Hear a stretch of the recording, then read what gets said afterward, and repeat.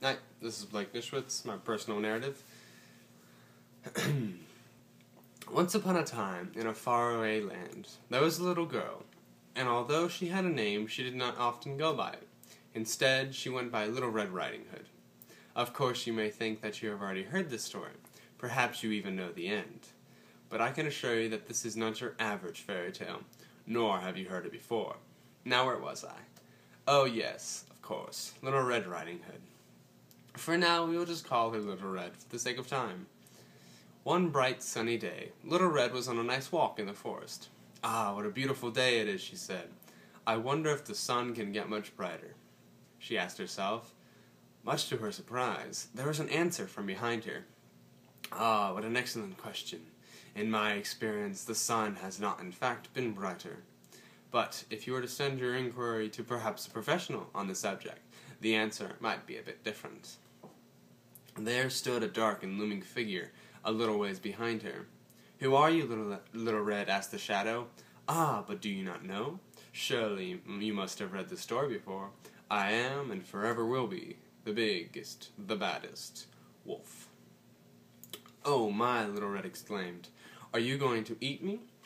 "Well, that normally is my part in this story, but it seems as though you got off lucky, as I have been instructed not to eat you.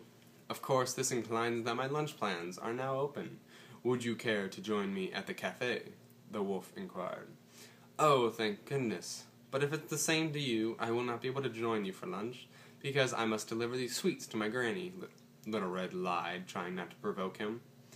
"As I should have expected," replied the wolf. "I hope you have a pleasant evening."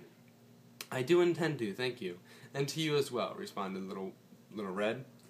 So Little Red continued on her walk on that nice day. As she neared her grandmother's house, she decided to stop by to say hello. After a slight path change, Little Red had arrived at her grandmother's house.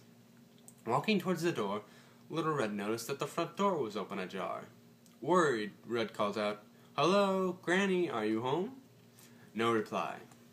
"Well, that's strange," Red thought to herself, because of course Red is a smart girl. She did not go straight through the front door.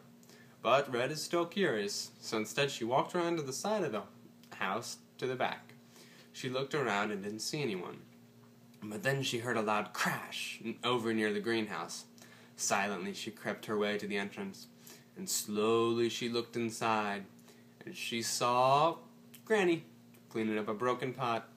After Red explained all that had happened over a cup of tea, Red decided to be on her way, saying goodbye and making sure to close the front door.